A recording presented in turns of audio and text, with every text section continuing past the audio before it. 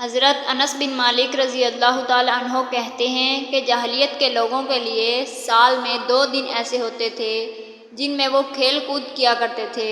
جب نبی اکرم صلی اللہ علیہ وآلہ وسلم مکہ سے ہجرت کر کے مدینہ آئے تو آپ نے فرمایا، تمہارے لیے 2 دن تھے جن میں تم کھیل کود کیا کرتے تھے، اب اللہ تعالیٰ نے تمہیں ان کے بدلے ان سے بہتر 2 دن دے دیے ہیں، ایک عید الفطر کا دن اور دوسرا عید الاضحیٰ کا دن۔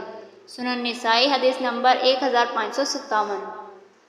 حضرت عبداللہ بن عباس رضی اللہ تعالی عنہ کہتے ہیں کہ میں گواہی دیتا ہوں کہ میں رسول اللہ صلی اللہ علیہ وآلہ وسلم کے ساتھ عید میں شریک رہا تو آپ نے خطبہ سے پہلے نماز شروع کی، پھر آپ نے خطبہ دیا۔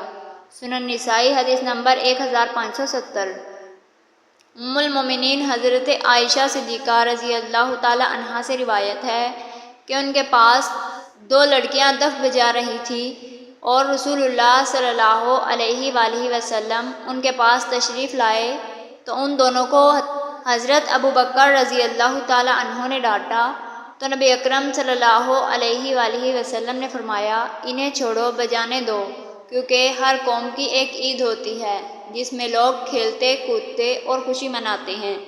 سنن نسائی حدیث نمبر 1594۔ حضرت عمر بن خطاب رضی اللہ تعالی عنہ کہتے ہیں کہ عید الاضحیٰ کی نماز 2 رکعت ہے، عید الفطر کی نماز 2 رکعت ہے، مسافر کی نماز 2 رکعت ہے اور جمعہ کی نماز 2 رکعت ہے، اور یہ سب 2 رکعت ہونے کے باوجود بزبان نبی اکرم صلی اللہ علیہ وآلہ وسلم مکمل ہیں، ان میں کوئی کمی نہیں۔ سنن نسائی حدیث نمبر 1567۔